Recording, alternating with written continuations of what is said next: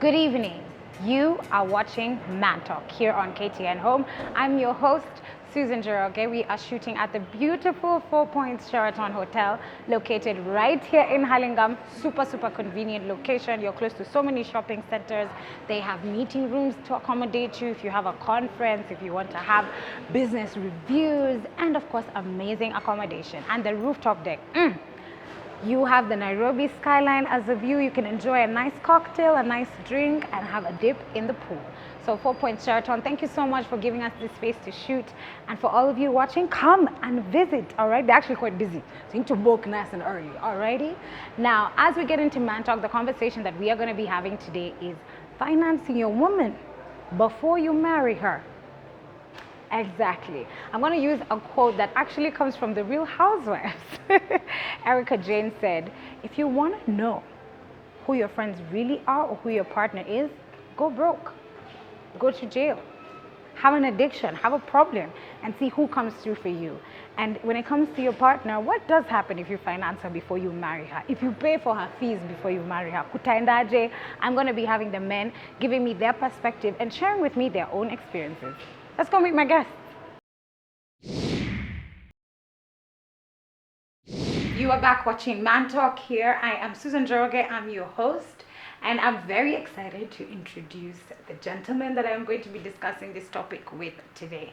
I'm joined by 3 lovely gentlemen, and I've been told not to use the word lovely when describing men. But I've met these 3 guys before on the show. They've been on the show and they were lovely last time. So they're going to be lovely this time. I'm going to start off with the gentleman right on my right. Steve Ligami, how are you doing? I'm good. Steve Ligami is a creative. He can manage you if you have talent. You're a DJ, you're an artist, but he's also a radio presenter. How is Proactive? Proactive is good. Yeah? Yeah. I'm also here with Sam West. Welcome back. And Sam, I'm so happy because today you came with a companion. They're behind the camera. Yes. But they're your life companion. You see, when you talked about women and money, oh my God. You had to bring her to see. I had to bring her to understand. I love it. Yes. And I'm also joined by Ian Ketani, who is no stranger to the show either. Yeah. I love the pocket square. Thank you. Looking sharp. So Match na weather leo because it's been rainy and a bit dull today, but we appreciate having you here. I know you're finishing your studies, but you also do sports analysis on the side. yeah, sure. It's always a pleasure being here, though. Now, today we are going to be talking about financing your woman before you marry her and how all that works out. There is a very popular clip that has come out of a particular pastor, church leader, giving a sermon, and he had a lot to say to the men about financing your lady before you put a ring on that finger. And that's what we're going to be discussing on the show today. Now, let me just kick it off. I like to start with Steve. You know, Steve's gonna drop some bombs up in here. But obviously, if you're dating somebody, you will spend. You spend here. Obviously, you spend. You have to spend. Yeah. You have to show off sometimes. It's, you know? it's egotistical to spend actually. Lakini saa zingine, it's just business for these women. See, this one woman, when I'm finance, you break up, goes to another person, gets financed, then you, maisha yake inaendelea, wewe umeachwa kwa deni fulani. It's umeona, it's not, it's inakutoa, it's negative towards your accounts, but to her inamgainisha. Yeah, wanaitangwa mkono birika. Yes. The money comes in, but it never leaves. They put, unaona, the thing is, dating ni ku sample the market, or sometimes you never know when you find the one for you. Yes. So una spend hiyo pesa, but na tasemaje, acha niseme kama bookmark, hapa ndio utafika. Right. Unaona, hapa ndio utafika. This is as far as I'm going to go. Okay. Kama atakuwa amekuwa wife material by this time, then now you can. Or then I'm like, okay, tuanze kuwa equal, let's be equal now. Tumeshazoeana kwa relationship. Unaona? So sometimes about spending on a woman before you get married is just, it's a calculated move basically. Okay. Yeah, it's just like a calculated move. It's how you want your life to be. Yes. And then it depends with who, where, when. Unaona, there's when you are in your teens, there's when you're in your 20s, alafu kuna hii time una struggle kupata bibi sasa. Yes. Unaona, like after 30, ka hujapata mtu stable. Yeah. Tumia pesa mingi. tumia tu pesa mingi. So pesa inaendanga increase the Yes, stage. yeah. Every time you pass a stage, more investment is required. Yeah, see, according to our traditional cultures, Yeah. like for example Amaluya, yeah? Yes. Kuna age fulani unafaa kuwa umesha get married, unaona? So inafikanga like you're 26, 27, 20 unaanza kupewa pressure. Yes. Your younger brother is gotten married, your younger sister is pia ameoleka. Wewe pekee ndio bado uko single, au hata de mnacheki, so pressure inaanza kukuja. Yeah. So the first person unaona akawa wife material. Raka. You make it rain. I Unacheki. like that. Yeah. Now, Ian, I'm coming to some last as the married one. Ian, when it comes to spending on a lady before you marry her, do you believe, like, see if there's a cap, like as a young man like yourself, you put a limit, you'll say maybe it's this many number of years, or before I know whether I'll marry her, or maybe you even put an amount of money, you'll be like, it's this many dates, it's this much. Tukifika 100,000 nimetumia nakata hapo, ama tukifika 300k nakata hapo. I'm one person who believes before you even start spending, you need to find that connection. Because you cannot be spending on someone you don't have a connection with. Understand? Yes. And just like, Steve has said, these days, it's not even like they will leave you and then find another person. You're there, but you'll still try and find another person who can provide more. You understand? Right. I can be spending 10,000 on someone in a month. But she wants She's still not satisfied. Right. She'll still try and find someone who can, spend 25,000. So it is a very tricky position, but just as you have said, it progresses. When you age, you're getting to 29, 30, and you're not married, you don't have someone. The pressure is on you. Yes. Now you start dishing out, like they say. You understand? So Trying to find quickly. Yes, because currently I also do believe this relationships and so forth have been monetized. So if you don't have money, you don't stand a chance. Right. Which I don't think it is, a really, really good notional thing, but that is the case. So we live by it. Yeah, it's not a good place to be. I agree with you, but it's very transactional. Actually, that is the reason I always tell myself. You always hear people say, "Mini cook streets. I'm for the streets." Now, you find young men or young boys, probably you don't have money, so you're afraid of all these responsibilities. You will date, but you don't have money. She might find someone who has money, so you end up saying, "I'm just in the streets because I don't want responsibility. It's just a one-time thing, and I go." The same with the ladies. They are with someone, but they're still saying they're on the streets because they're looking for someone who has more money. So to me, that is what has brought about the streets thing. Yeah, I like that. That's actually a very good analogy. And I feel like I say I used to be in the streets a lot. No longer in the streets, by the way. But I like the example you've used, actually. It's a very good one. Because people use in the streets, maybe you're just talking about partying, sharing hair, clubbing. But there is the in the streets relationship-wise, which is you're still shopping. You're still looking for options. But here in Kenya, like the Nairobi song, I think that's what you were referencing. Mi nampea na wewe ataleta akupe na sisi sote tunashare, as Benso said. So that's interesting, the angle you brought off. It's so transactional in Nairobi right now that even if you're dating somebody, you can never be sure. Hana mtu mwingine mahali somewhere. You just give the benefit of doubt. Exactly. You're never sure. Just have to trust blindly until you know otherwise. Now, Sam, you are married. Yes. You have a family. Yes. Let me ask, when you're dating, because now you're settled, what I'd want to know is, there is pressure these days, and Stephen and Ian, you can confirm this for me. Dating is no longer just the man providing for the food or the drink you will have at the date. Yes. It has become, he sends me money to do my nails, he sends me money to do my hair, he sends me money, I bought a weave, my man's bought me this, Yes. He'll take me on trips.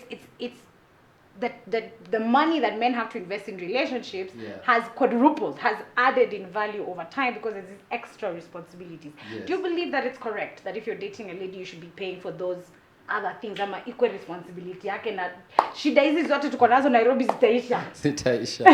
All right, that's a very nice question. Now, one of the things I'm looking at the current dating scene.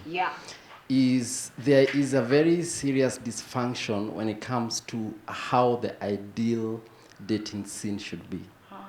Now, to start with, like I always say, I like picking my opinions and my suggestions from the truth. Yes. That is from the Bible. Yeah. Because the whole idea of a marriage was created by God. And so he had his own way and a system in which he knew that this is how it should be done. Okay. And how he started is first making the man a giver. You know, ladies are created as receivers. And even just by their structures, how they look, the man is more of a giver. He gives seeds. What an example. Yeah. But look at it. The structure in which God created the element of a man and a woman coming together. Yeah. If you just check the story of Adam and Eve. Adam first was put in the garden, and he was already working. Now, when Eve came, she found a working man. So now, when this woman comes, she's coming to help. Now, what is happening in the normal dating scene is that these are people who are coming, and they're looking at how am I benefiting from you. Yeah. That's why it's a competition of how much can I get from you, like what Steve was talking about. Yes. A woman. I've had cases of women who will pretend that they have a child of several men, and they're receiving money from different sources of men because they've made it a money scheme, like a business, an enterprise.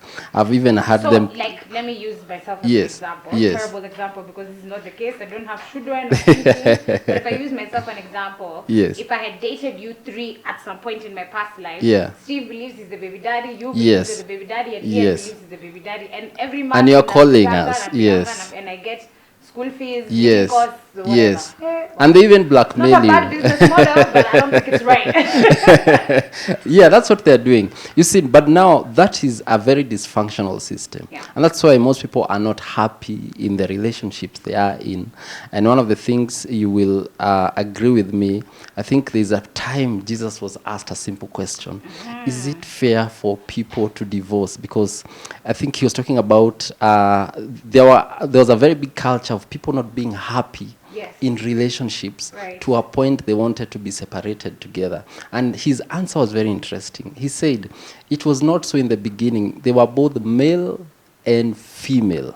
He was talking about they were both individuals before they come together. And that's why it talks about two shall become one. But before they become one, you have to be yourself. You have to understand what is my identity. I'm an original person. I am unique. What are my strengths? What am I bringing on the table? Before I start demanding for money. And then, I think there's someone I had saying that when you make everything about money, you are getting a debt from that person, and so you are indebted to that person. Whatever they ask for, you have to do it. And so we have to first look at what can we do about this whole structure that we have put for ourselves in this current generation. Now, Steve, I want you to comment on men who are givers and women are raised as receivers. But before you do, let's play a little game. So we're going to raise our hands if we believe that you should finance this for your lady before you're married. So you're dating. By a show of hands, do you believe that you should pay for dates if you have the financial ability when you're dating as a man? Okay. Can I answer with words instead of with a hand? I think that's ambiguous. It depends with who you're dating, how you feel about that person. I can't just be providing money for dates and all that thing for every Harriet and Mudonia and PJ. So you can be doing depends ni nani. Again, it depends with how deep you are. Like men have a type. Like I have a specific type of woman I would date for long. Unaona? Kuna huyo neza I can take that risk. Kuna wengine is just like sisemi ati ni hivyo but let me change it like this. You're dating the woman and you have been dating her, so this is your girlfriend, but you're not married to her. Do you believe you can be paying for dates if you have the money? If I have the money, yes. Yes? Ian, you had also said yes. I think... Okay. Yes. Now, you have not yet married her. do you believe you should be giving her money for fare if she doesn't have money to get around? This is your girlfriend, she has a job, she's run out of chums. Do you think you should be giving her fare as her boyfriend? Good work. Not fair for clubbing, fair for life. Like anaenda kazini kila siku, anaenda kuvisit mom, anaenda. Unampea fair kwenda job penye analipwa salary. Si amemaliza pesa ama amepatia family ama ako na responsibilities zingine. Let me lift my hand, but I want to explain this. I want to explain this. One, understanding that men are givers. Yes. One of the things that the other woman that you're dating, hoping to marry, is also trying to court you. You know, and I mentioned last time, courtship is putting someone on trial. So they're trying to check if you can be someone you can live with. So now you need to also show that you can provide by simple things. Dates are simple things. Fare haikuangi expensive.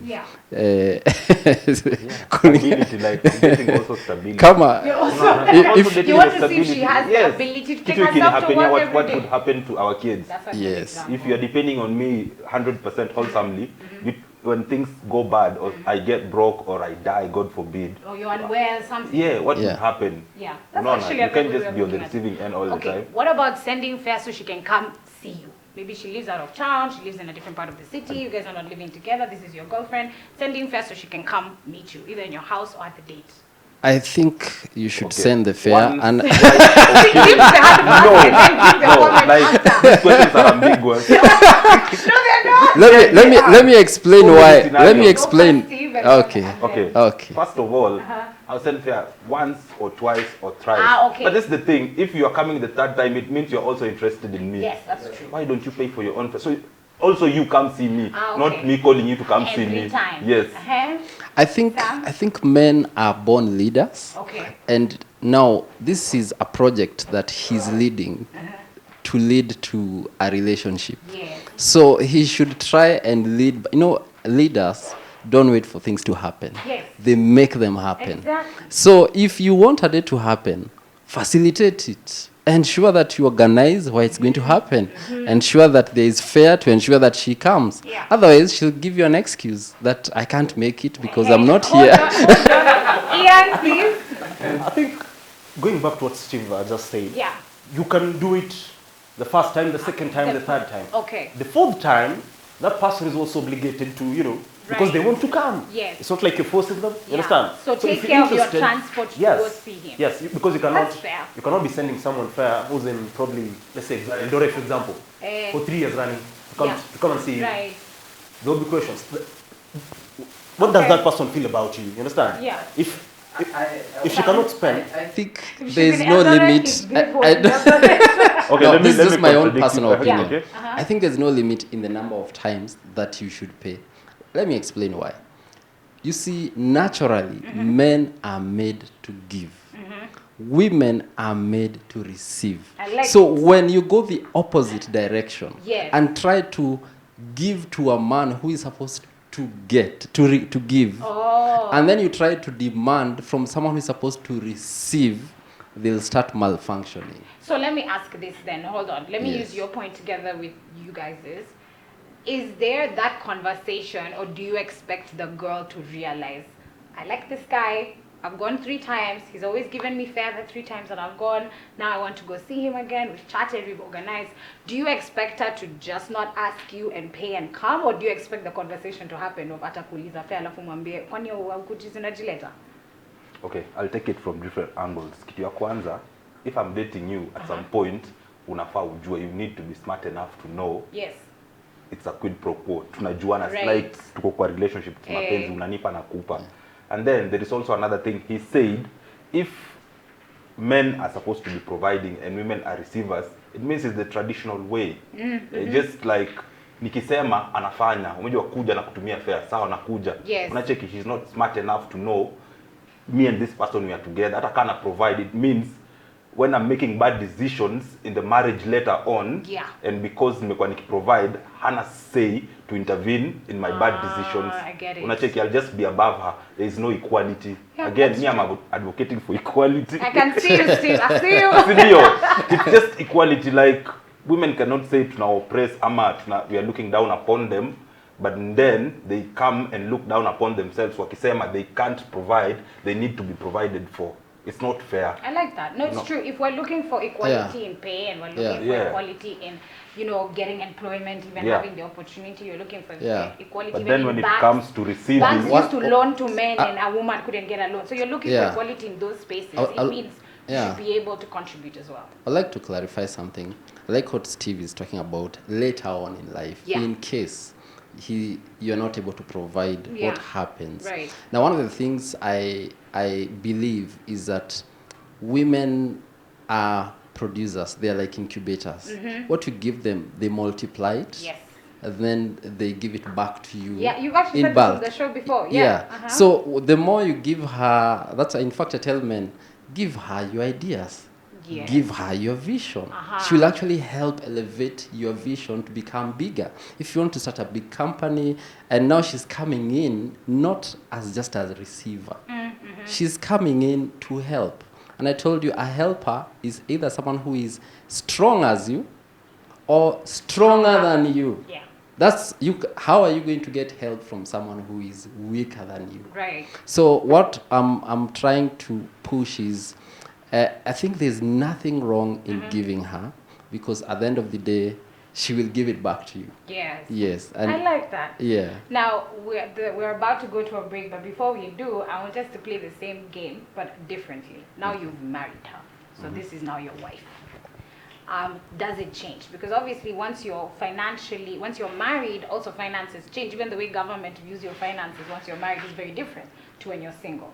So if this is your wife, do you believe that you can be giving her, or rather, let me say, do you believe that you should finance like things like beauty, like hair, nails, makeup? She's your wife. Do you believe that you can finance that and be giving her money for that?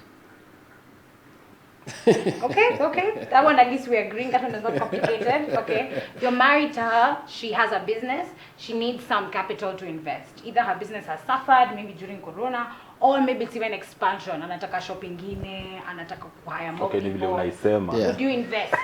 He said something. Yes. There is him, there is her. Yeah. Once they get married, it's two. It's together. One. It's one. So it's our money, it's our business. Exactly. So would you give her your chums to invest? Because you see, at the end of the day, it's not my chums, it's our chums. Actually, so it's not so when you give her, you're actually giving yourself, because you've become one. So when you deny her, you're denying yourself. Okay. So, yes. Now you're married to her and she wants to go to school. Would you pay for education, or do you believe she should go get a loan, or maybe she should ask her parents? What happens if you're married to her? Would you pay for her school fees? If she's my wife, it's cool. I'll pay. You would? Yeah. So ladies, what I'm seeing here is there's a very big difference between obviously when you're dating and when you're married to them. Yes. Because now when it's your wife, even the way you look at finances, the way you're saying it's ours. It's our money, this is our business, this is our children, this is our home. So how you will look at things will be very different. So you're more willing to finance or share finances with your wife or help her if she's in a hole, if she's your wife. If she's your girlfriend, she should be able to sort herself out or go to other avenues. She's not family. As a girlfriend, you're just giving her to show her that you're capable. It's investment. You actually, it's just like just when you tupewa kitu kidogo, like handouts, because goodwill. Yeah. we actually call it donating. It's not investing. You're actually donating to her. Yeah. But when you get married, now you're investing. Okay. And the Bible talks about cultivating. Yes. You need to be one that can improve her, because when she comes to you, she shouldn't be the same. Let people look at her and say, by the way, the moment she connected with Sam, after 5 years, she's different. That's how it should be. I like that. Yeah. Okay. What about Sam? Does Sam have white hair? I like it. Is Sam getting stressed? What about Sam? I like that question, Shika. We should have such questions. Yes. A man should also look different. Yes, you need to look like you're married. Let me ask not you like stressed. Because I'm sure you have friends who have gotten married recently. Kwanza, COVID was a fantastic time for men to get married. All of them were kneeling down and asking for engagement because walikuwa wanajua wedding guests ni 15. Limitation ilikuwa 15 people. Then it became 30. Then it became 50. So the numbers are small, and it will be a nice, contained wedding. Yeah. So out of your friends that have gotten married recently over the last maybe 2 or 3 years, yeah, are they looking more tired? Or are they looking more prosperous? I think it highly depends on how the relationship and the marriage is working. Yeah. If the marriage is not beneficial, it's not mutual on both sides, most likely one person will feel like they are being, sucked, they are being oppressed. It's supposed to be helpful. Both of you are supposed to help each other. Yeah. And as you grow up, you should start saying, hey, Bethe, meanza kufanana. Because you are growing together and you're improving each other as a couple. Steve, how are your friends I have doing? some who are life ya kawaida, and then there's the rich ones kabisa. The rich ones kabisa are suffering. Oh, since they got married? Since they got married, they are suffering. They built like houses for mother-in-law, I don't know, brother-in-law, sijui nani. The hair is white, there is rules. Friends wake wamemtoka, like, the wife becomes his life 100%. Okay. And you as a friend, you're saying this person is not happy. Yeah, he's not happy. It's clearly he's not happy. And he was happier before when they were dating, before they got married. So when they say you marry... he also knew that these women were just after him for the money. So but he was just looking at the outside image there. He was looking for a beautiful wife. He used to be big and grotesque. Sorry to say, but alikuwa na self-esteem issues. So when a beautiful girl hit on, that's the one he married. Unaona, so sahi akona nywele za white and he's not even 35. Honestly. Unaona, so like I was saying, how is Sam after providing for the woman the way the woman wants to? Again, it should be both people should benefit, even health-wise. Not just grow financially, but your health is deteriorating. And you can see visibly when this guy was dating, he was okay, he was a happy guy. He has more wrinkles on the forehead. He doesn't care the way he dresses nowadays. Yani hata kwenda to home is a hassle. Oh yeah. You see, Steve is talking I know. And they did make her sign a prenup. That's the problem. Oh no. Okay. We're going to get into all those details. Let's take a short break. Keep it here on KTN Home. You are watching Man Talk. I'm going to be back with Ian, Sam, and Steve after the break, so don't move.